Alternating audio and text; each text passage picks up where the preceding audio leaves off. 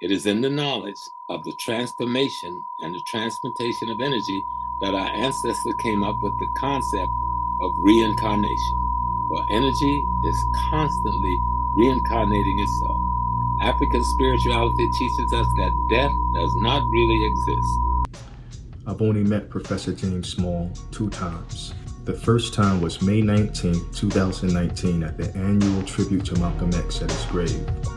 This was my first time attending the ceremony, and when I arrived to 125th Street, I was introduced to Brother Asukil. Upon seeing me with a feather in my hair, he decided that I would be one of the brothers in white to stand around Malcolm's grave throughout the entire ceremony. Because of the way that I processed the events in my life, to me, this was no mere coincidence. This was divine. I felt like Malcolm himself had picked me and every other brother that day to stand around his grave. And so for me, it was an honor to do it. I was honored to do it. Now this is where it gets interesting. As I'm standing there at attention around Malcolm's grave, I hear them call Professor James Small to the mic. As soon as I hear his name, I think about a lecture I heard years ago where he talks about dying 3 clinical deaths. And immediately I think about I want to talk to him because at this point, it's been a year since I knew I was in the till. And I figured if I talk to him about my story, maybe he might be able to understand it. Listen to this video. But I've had 3 clinical deaths. I've died 3 times, pronounced dead 3 times. So y'all really looking at the dead guy. And on one of those occasions, I had just returned home from Mecca. And I was very, very sick. And I was living at the home of Malcolm X's sister, Ella. And I died. And the doctor pronounced me dead on the floor in her kitchen. And I hear him, and I was trying to scream and tell this guy, I'm not dead. But everybody in the kitchen is crying. And I'm laying on the floor. And 3 persons get up out of my body. The first person that got up out of me was a silver. He looked just like me. No clothing. He was silver. Perfectly formed. The second person that got up from my body was brown like me. And he was perfectly formed. And the third person that got up was green. And he was malformed. And I was the imam over one of the most powerful mosques in the Muslim community in this country at the time. And when those 3 things got out of me, and Ella was crying, my daughter was crying, Brother Albert, and the doctor was trying to comfort Sister Ella, something spoke to me and told me to do something. And they said, if I do this something, I can come back. Now, what is Professor Small talking about? To most people, that goes in one ear and out the other. They don't have a frame of reference. They never experienced anything like that. So to them, it's not real. But he experienced 3 different levels of himself coming out of his physical body. In ancient Kemet, the soul had different aspects. The physical body, in his experience, that was laying on the floor, that was called the Khat, the physical body. We also had the Ren, that was your name. Speak a man's name and he lived forever. The name, that was an aspect of your soul. The Ib or the Ab, that was your heart. That was an aspect of the soul. You had your Ba, which was the soul. You had your Ka, 2 hands raised. You had your Ka, that was your spirit.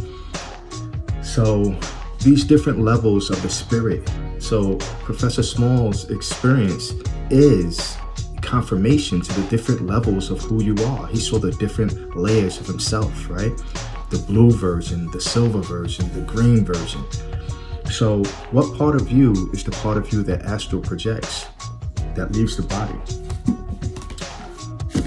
What part of you journeys out the body, astral projection? These are good books that talk about leaving the body, but you want to know the real good book?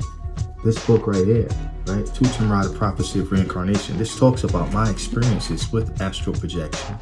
This talks about how I came to know my past lives. And while I'm standing here at this ceremony, I hear Professor Small's name. I immediately think about that lecture.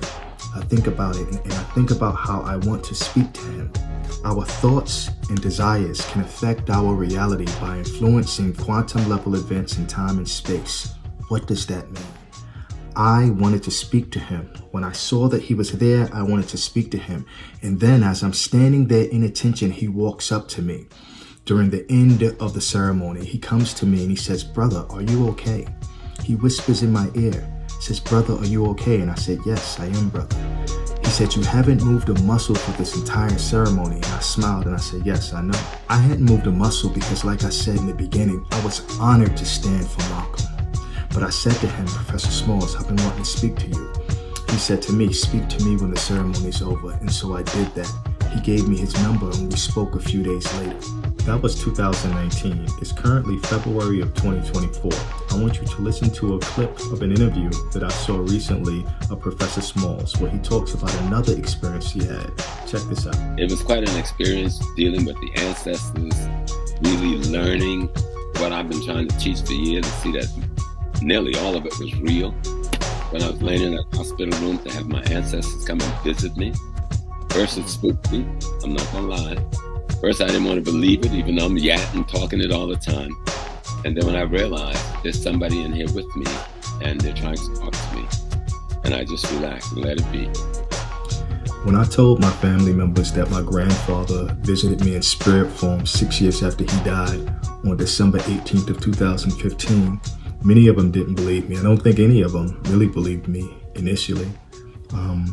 So, when I listened to Professor Smalls talk about his experience and being spooked about it, even though he had had more profound experiences years prior, it made me understand more. It made me understand the conversation I had with him in 2019. I can understand that initially, hearing that someone calling you saying that they were immaterial in a past life, it's kind of odd.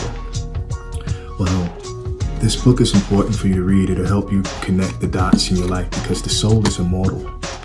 The soul is immortal. The physical body dies, but the soul doesn't. And I have a question for you. What's the difference between death, astral projection, astral traveling, and a dream? Another interesting thing about this day at Malcolm's ceremony is that I heard them call Umar Johnson to the mic. And when they called him to the mic, that was actually the only time that I moved. I looked at him and I said, wow, I had just had a dream about him. I had a dream with Umar on January 15th of 2019 on Martin Luther King's birthday. And then at this ceremony, at Malcolm X's ceremony on Malcolm X's birthday, I see Umar here, and he says that this is his first time attending the ceremony. It was my first time attending the ceremony. I had met Umar 7 months prior. So after the ceremony, I went over to him and I said, "Yo, it's Dawood. We met at your lecture." And he said, "Yeah, I remember." And I said, "Hey, I had a past life revelation. I was immaterial in a past life." And in the dream, that's what I was telling him in the dream. In the dream, I was telling him I was immaterial in a past life. And he was looking at me like I was crazy. So actually here now on Malcolm's birthday, I'm telling him that I was Emmett in a past life. And he looked at me the same way that he did in the dream. And that's when I started laughing. And listen, this book will help you to connect the dots and to read the patterns in your life.